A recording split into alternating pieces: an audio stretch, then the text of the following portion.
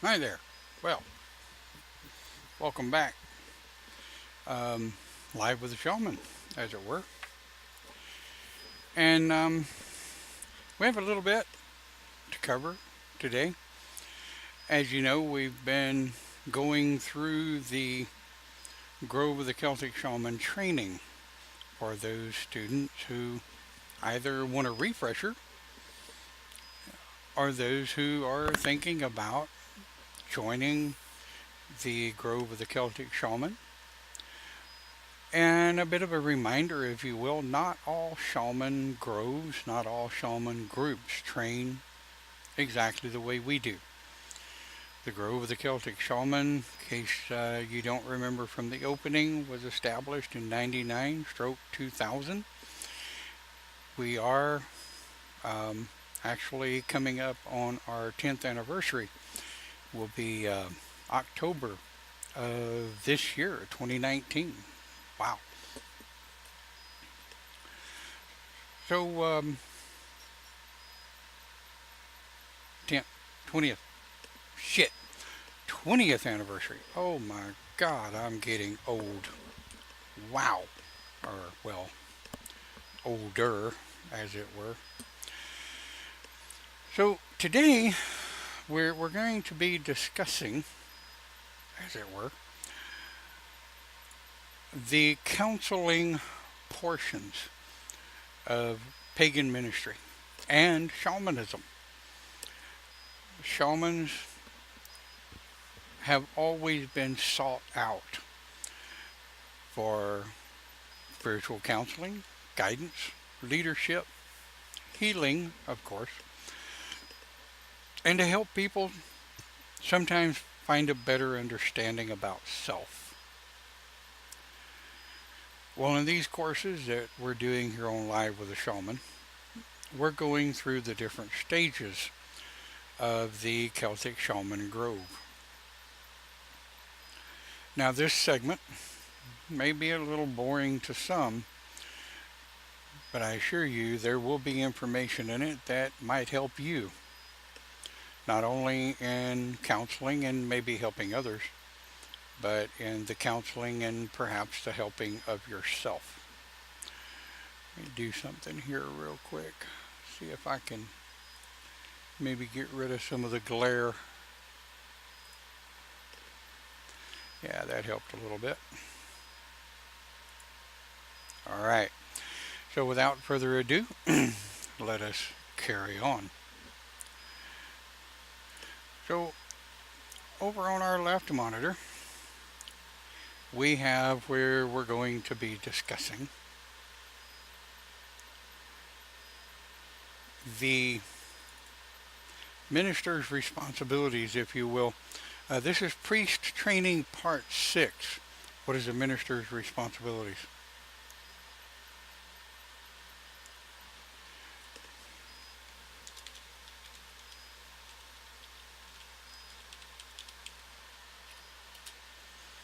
Gotta love spell check.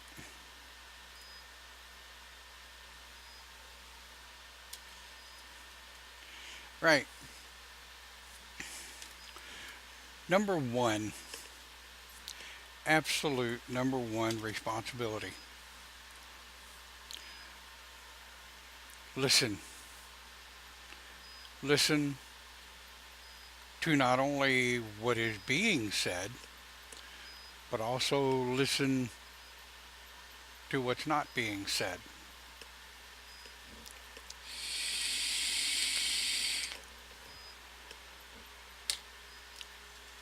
You have to observe. Now, folks, when I say observe, I don't mean that you want to get right up in their face and you just want to be watching every move. No, that's not what people want. But they want you to observe them and what's going on with them. You're going to watch eye movements, eye movements, the way they flit about. Sometimes you can tell if someone is full of shit by their eye movements. You can also tell if someone's full of shit by their body language, whether or not people will meet you eye to eye. And this is one of those things that I want to talk about real quick. I've had some first year priests that are learning how to counsel and how to listen and how to work with others. And they've come to me and they've said, so and so refuses to look me in the eye. I think they're full of shit. Well, that's not a black and white science. There are many issues with some folk that they can't look someone in the eye. It's not because they're lying per se, but they physically can't. Autism is one of them. Some forms of bipolar and schizophrenia is one of them. You can Google, why can't someone look me in the eye? That's a little verbose, but you can kind of study on these things. And the one thing that you don't want to become, and I want to say this real quick, okay?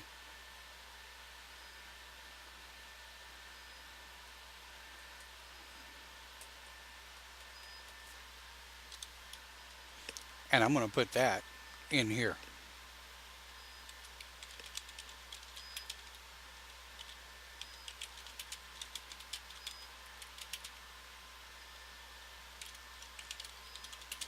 And you know, I always misspell counselor.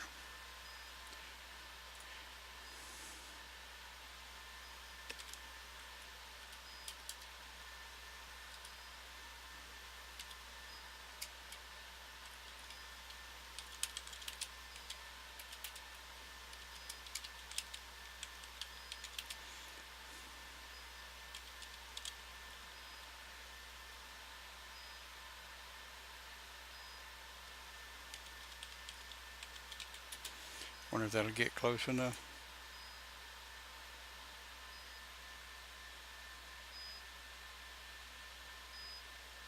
Nope.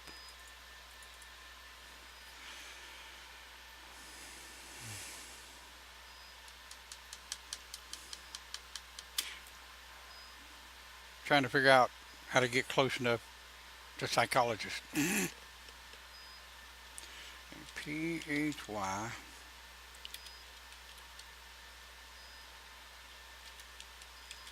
Yeah.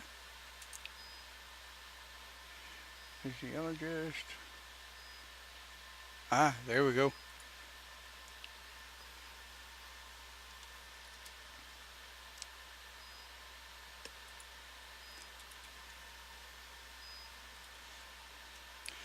Do not be an armchair psychologist.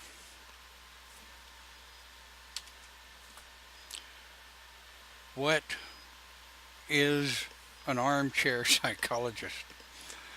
It is someone that has watched a few videos and read a couple of websites and think that they are a psychologist or a psychiatrist. They think they're a counselor. No. Do not let yourself be fooled into thinking you are any of the such. You can get yourself in a world of shit. And what I mean is, 15 or 20 years ago, it wasn't that important. There were armchair psychologists and armchair psychiatrists all over the place. You could walk into any building anywhere and somebody could claim to be a psychologist, a psychiatrist, or a counselor.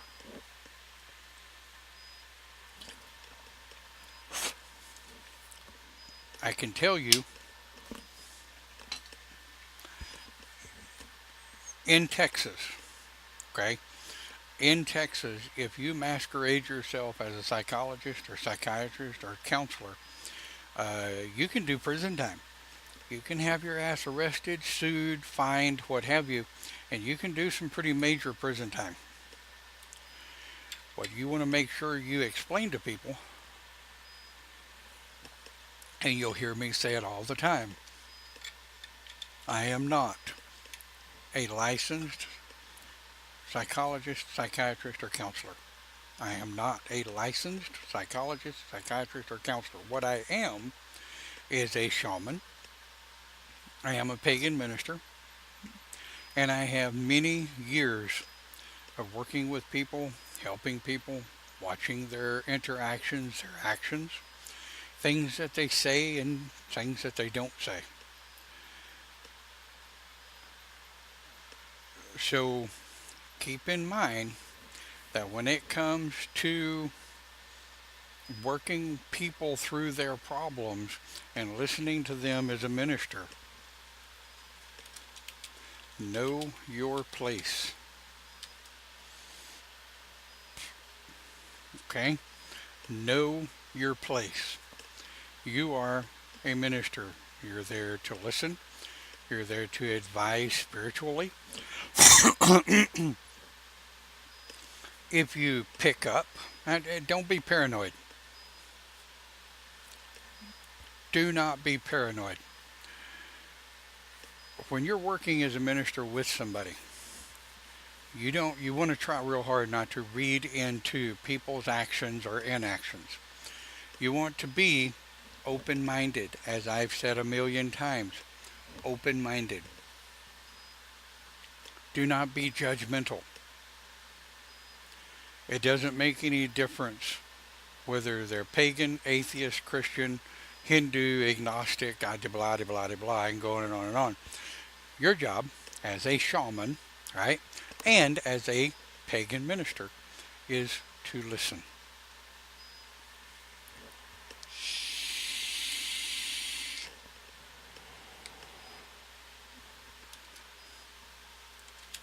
It is not your place to fix them. That is a big one. Myself included, I had to learn that one. Really hard lesson. Sometimes I have to remind myself of that. It is not your job to fix people. People generally are not broken. Well, we're all slightly cracked, as it were, and that's okay. Every one of us has had a different life. We've had different ailments, mental issues, most abuses of one kind or another. So it is our job to listen. Now, if an individual seems to be psychotic, um, suicidal, and don't make these judgments. Don't tell them, you seem psychotic to me, or you seem like you're suicidal. That is making a diagnosis for which you are not qualified to do. Now, folks, if you want to go through psychiatry school and get your PhD and go through your yearly training, where it updates that training every year, it's very, very expensive, and it's about 12 years of your time. Have fun. So these are kind of things that you need to understand. Through my years in the pagan community, not just in the pagan community, but in the Christian community prior, I met so many armchair psychologists, you have no idea. And do not tell people that you can cure all through faith. No. You cannot cure everything that's wrong with you through faith. You have to have a balance of faith. You have to have a balance of you have to have a balance of faith. You have to have a balance of health care, mental care. So I've had preachers tell me in the past, I've had preachers tell me in the past that all can be cured in the eyes of God. Good morning. All can be cured in the eyes of God. No, no, no. That's not what pagan ministers do. It gives people a false sense of security, right?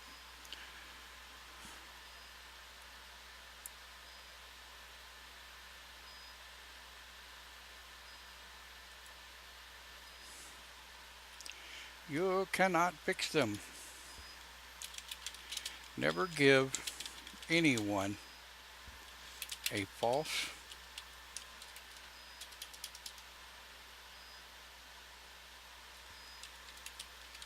sense of security.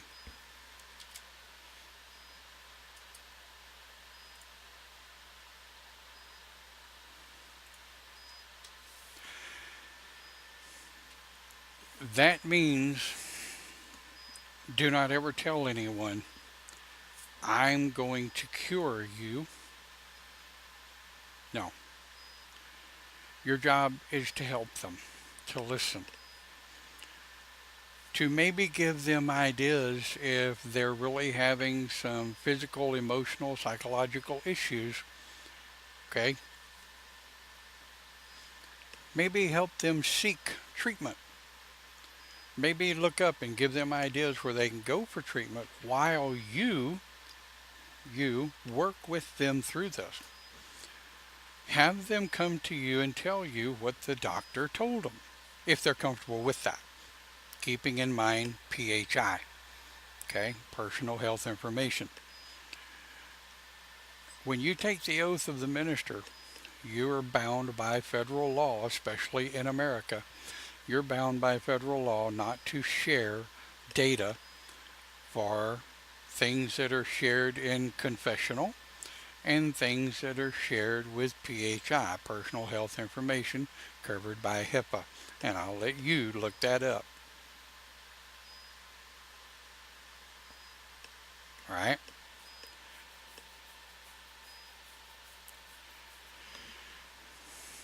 So we carry on. The next one is listen. Listen. But like I said, listen with an open mind.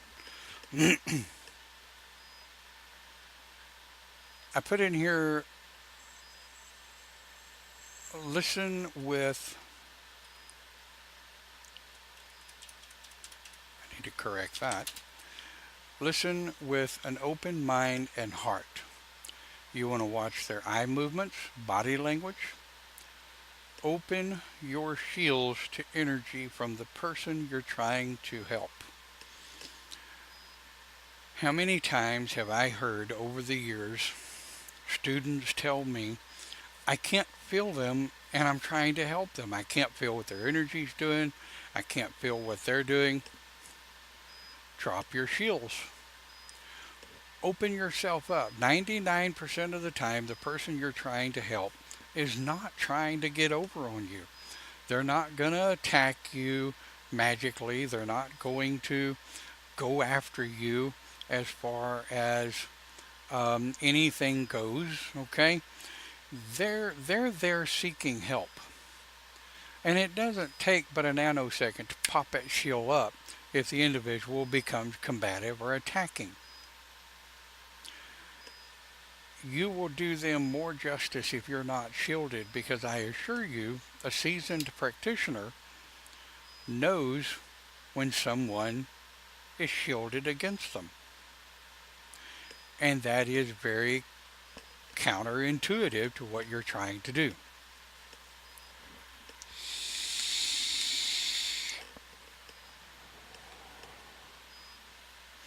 Right? You must be aware of not just what they are saying, but what is also not being said as well. Study the psychology of truth, fantasy, and misconception. You can find books if you're more into paper reading, and you can absolutely find all kind of information on the internet about studying the differences between truth, fantasy, and misconception.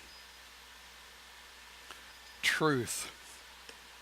Well, we all know truth is 99% perception. We all know that truth has three sides to the coin.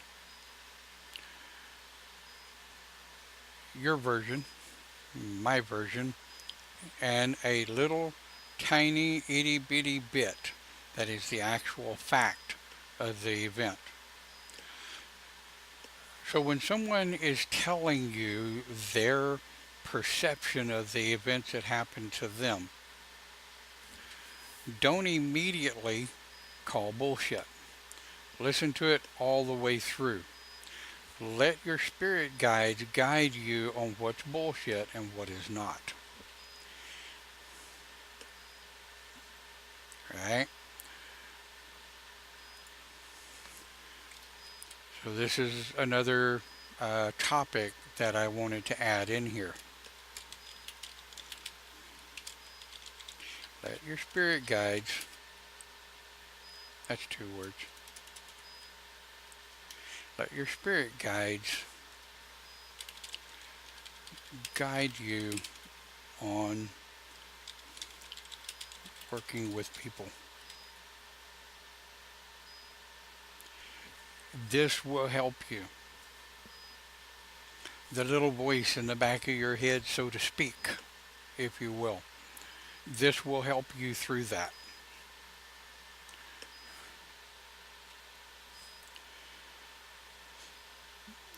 Essentially, you want to get to know your client, right?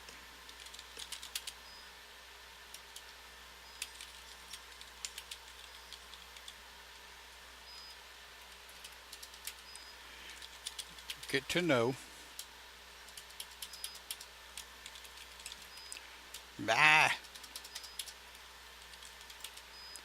Get to know who and what they are.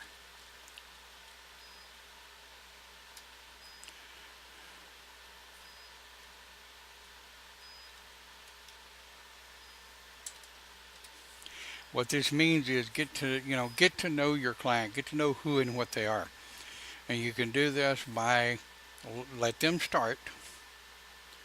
And usually when someone comes up to me and says, look, I've been having some pretty serious issues and I understand you can help me with them. If I'm sitting at my desk or if I'm sitting down, I always stand up, I greet them. Some people like hugs and some people want a handshake. To some people, most especially nowadays, if you hug them, you're making them uncomfortable. Okay, that's fine. Whatever, I always stick my hand out first for a handshake. And if they're a hugger, by all means, I'm a hugger, right?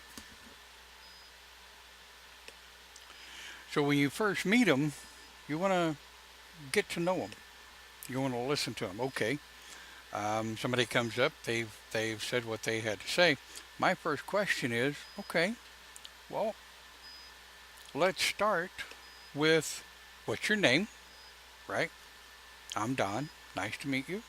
Or if I already know them, okay, great. Have a seat. Tell me what's going on. Now, if you're outside and you're a smoker, before you smoke or vape, I always like to ask, okay, is my smoking or vaping going to bother you? Some people have asthma. Some people are highly sensitive to cigarette smoke. Believe it or not, some people are highly sensitive to glycol and the glycerin that's in vape, as well as some of the flavors. So be cordial, right? Is my, vaping or smoking going to bother you? If you've got water to hand, ask them if, they'd like some water or Dr. Pepper, soda, whatever, coffee. Make them comfortable. Make them comfortable with you.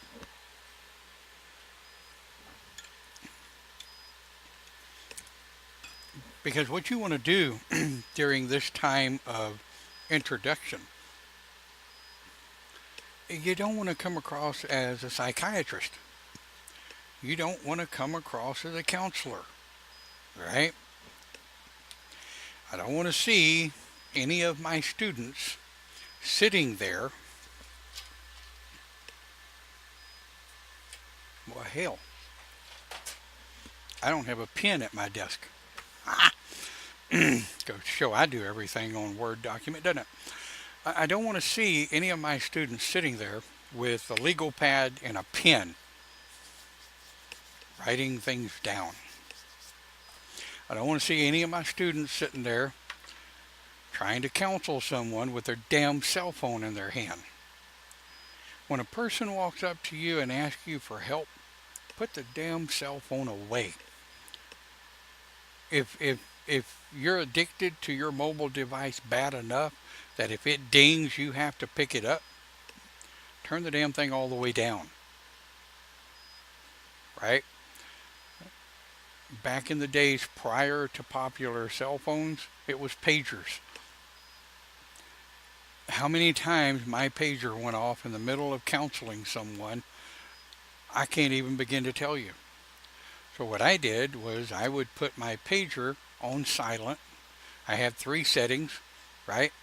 Tone, vibrate, and silent. I'd put the damn thing on silent. I would unclip it, and I would sit it over to the side. Because there's nothing more rude than to be trying to counsel someone or help them through something, and you're sitting there going, yep, yep, yep, yep, yep, yep.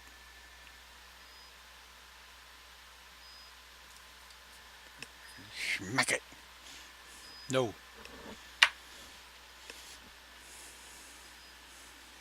So,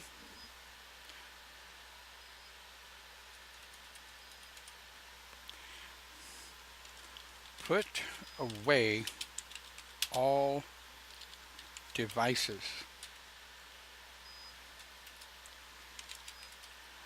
Cell phone,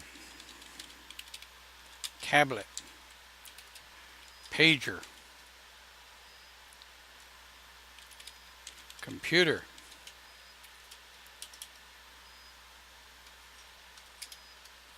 put away all devices. Sit them down. Turn them on vibrate. That person that you're working with, or trying to help or counsel, bleh, deserves your undivided attention.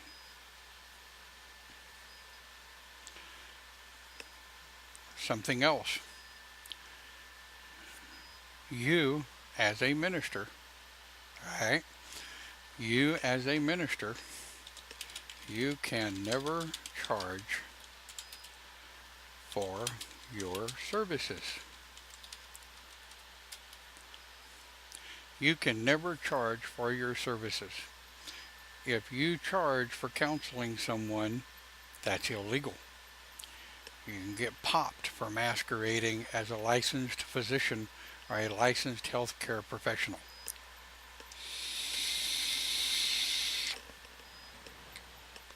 Now, if they want to donate to the Pause for the Cause, that's fine. You can't ask for it. People that know me know if you want to donate, I'll give you my PayPal account. Drop a couple of bucks in there if you want, whatever makes you feel better about yourself. But I will never ask for donations. See where I'm going? Okay, so all of this in getting to know your client, you're listening to what they're telling you. You're not sitting there hanging on their every word. And the last thing you want to do is sit there. The last thing you want to do is sit there while they're pouring out their hearts to you and think about what you're going to be doing later. You don't want to be making your grocery list. You don't want to be trying to build that shed in the back of your mind or do anything else. You want to be listening to counsel. You want to be listening to spirit guide. You want to be listening to the client.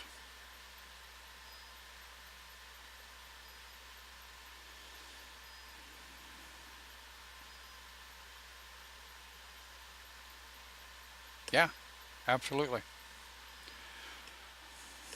So continuing on, yeah, get to know your client, the who and what they are.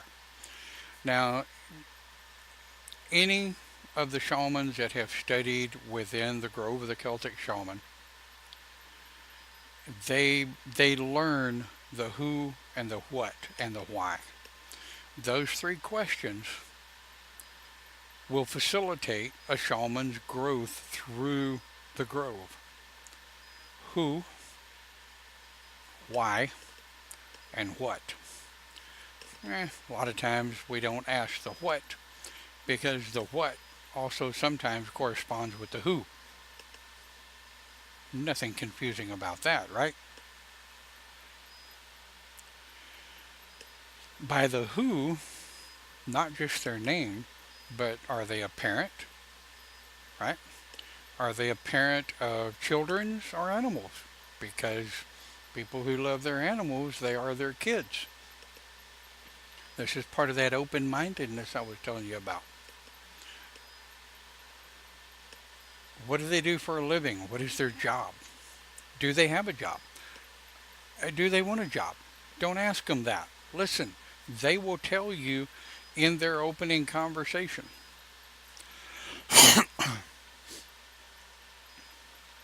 So in getting to know the who and the what they are, here's what's going to happen to you, and here's going to be the test as to whether or not you're paying attention.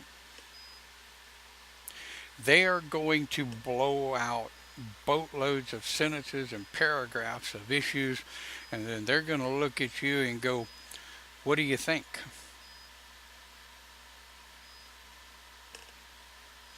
That is the killer question right there that shows you to be a knowledgeable minister or a wannabe who doesn't give a shit.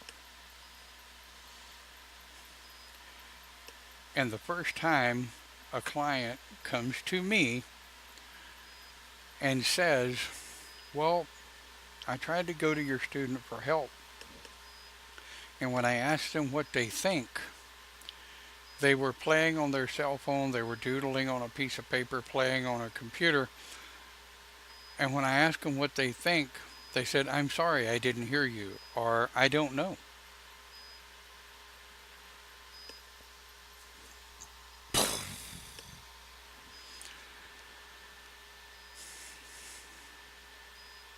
I can tell you, if you're oathed in the grove as a priest or above,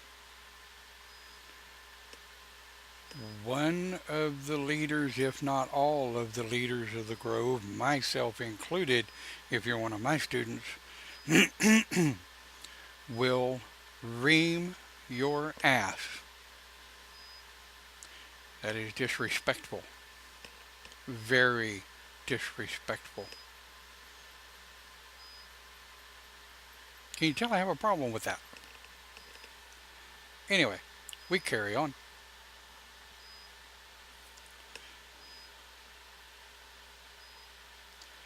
Alright? So, here's one of the things that you really want to have an idea of, okay?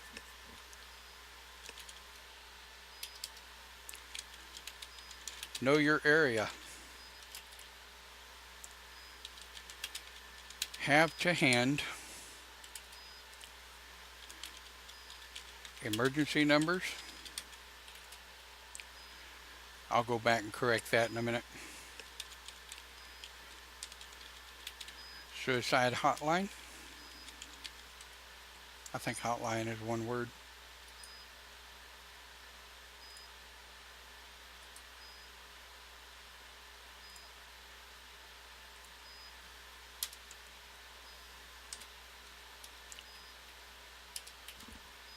Nope, it's two words.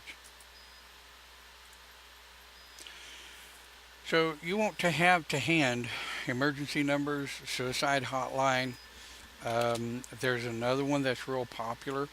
It's called the crisis hotline. Crisis, Crices, I think.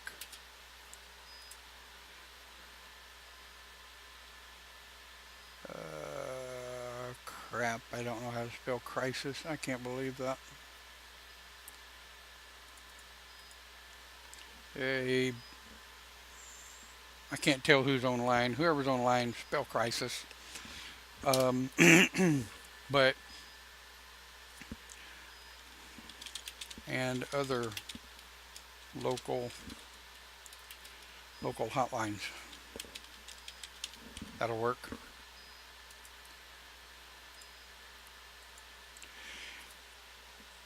You don't need to remember them, but have them stored in your cell phone. Hell, you may even need it sometimes. But have those numbers stored in your cell phone. Suicide hotline, emergency numbers, okay? Most every place, your biggest emergency number is 911. If anybody ever asks me what the freaking number is for 911, you may find yourself metaphorically smacked. But have in your phone crisis.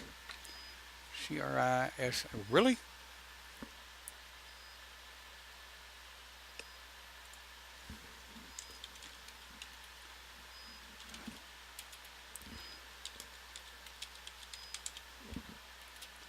All right. Thank you, Clint. Crisis hotline and other hotlines. Okay. Now, if you have a client or someone sitting before you and you're talking, and their depression is, their depression is rock bottomed out. And I may ask, have you talked to anybody about this? Have you gone to see a mental health care professional like a counselor or somebody? I don't have the money. All too well know that statement. I don't have the money.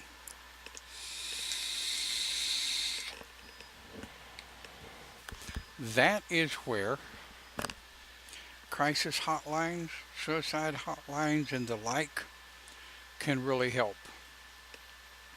Because you can pick up a cell phone, a payphone. Yes, there are still some payphones out there.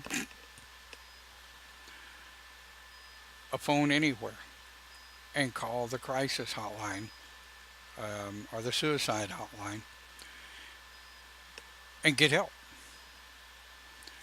Now, over the many years of working with people, I have been very fortunate to only have 3 or 4 people that were suicidal.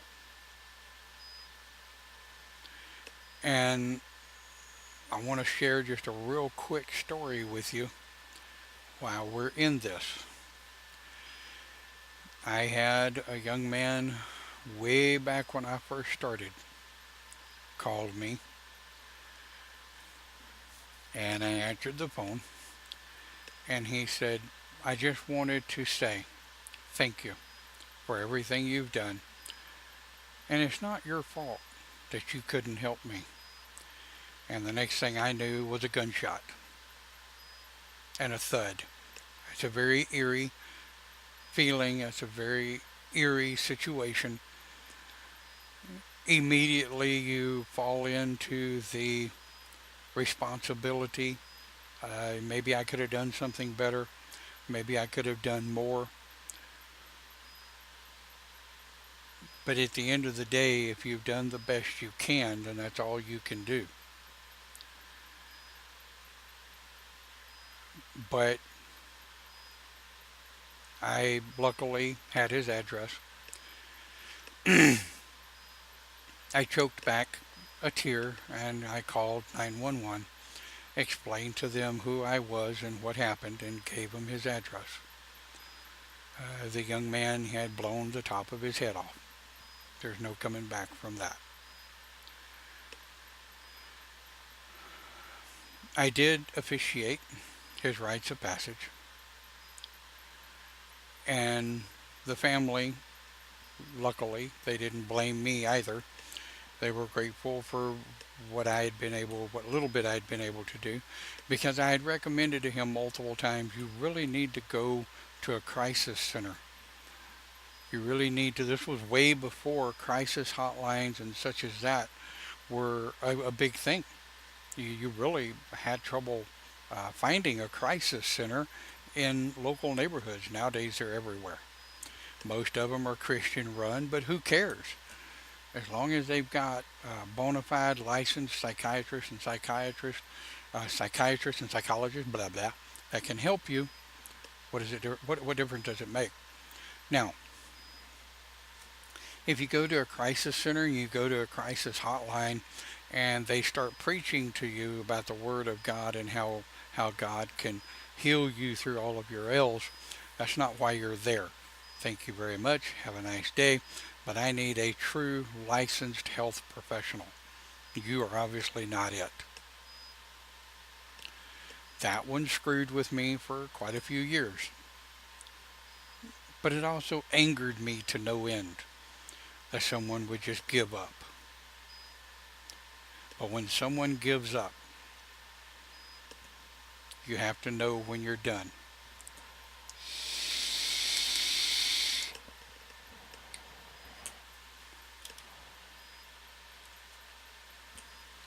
You have to know your boundaries, and when you have done all you can.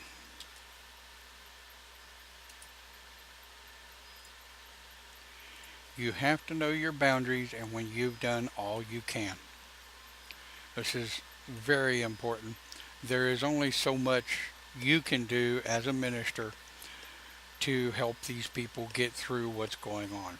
And they will come to you with some of the wildest of shit.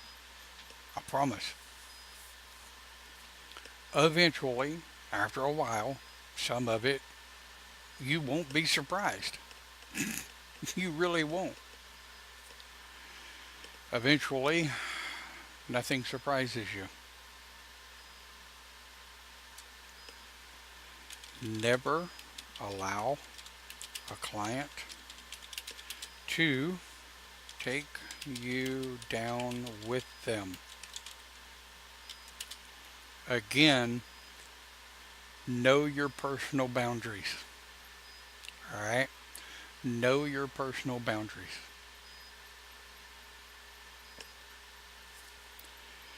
All right. So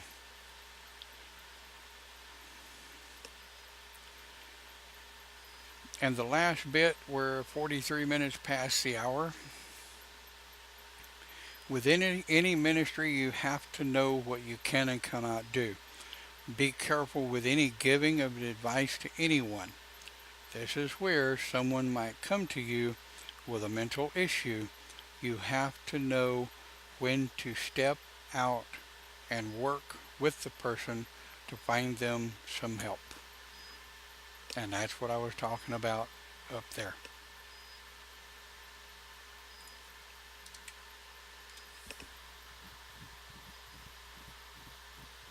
Okay?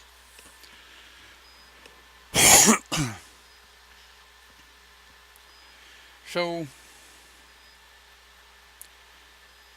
what have we talked about? Well, let's see. We've talked about how to marry 'em and bury 'em. Boy, that's bad. We've talked about the ministerial responsibilities. Everyone thinks they're a counselor. Don't be an armchair psychologist. Know your place. No, it's not your place to fix them. You can't fix them. Professional. Don't just throw a word out there. Tell me where the hell it goes. Okay, next step. Work with the person they need.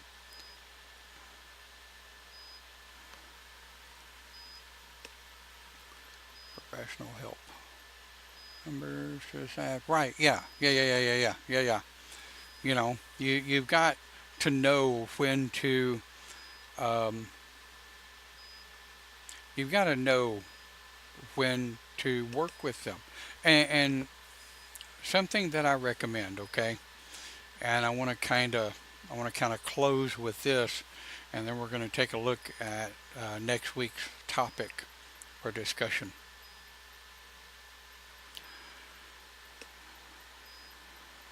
Yes, help them get the professional help they need. And this is what I was fixing to say. If you reach your boundaries, if you reach the point of where you're comfortable, don't be an asshole, okay? Don't just tell them, I think you need professional help. I'm done. I've seen that done. I have. I've seen ministers where are shamans that will say, well, we're done here. I've done all I can. I'm through. You need professional help. Um, have a nice day. Really? Really? No.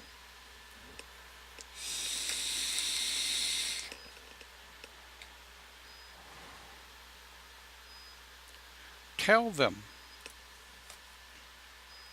I think we've reached the boundaries of what I'm capable of doing as a non licensed counselor or psychologist. Have you thought about seeking out help from a professional, healthcare professional, mental health professional, whatever? If you would like, I will help you find someone. I can't go with you, they won't let me. But as your minister, I will be glad to sit here for you to bounce what they tell you off of, maybe give you some ideas and thoughts and what have you. Be willing to put yourself out there for the person that you offered to help to begin with. Think about that.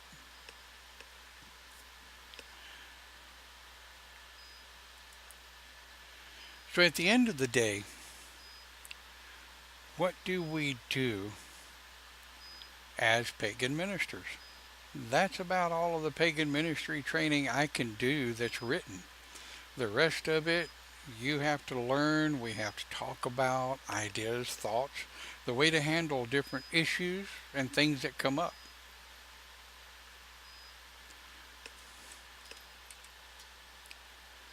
So that was part 6. So ministry, part 7 will be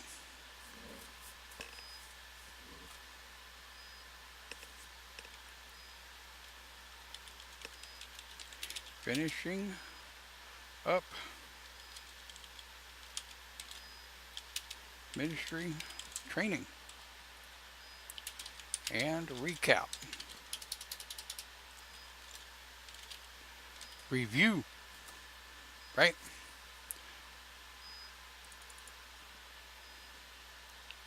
Next week, we will review.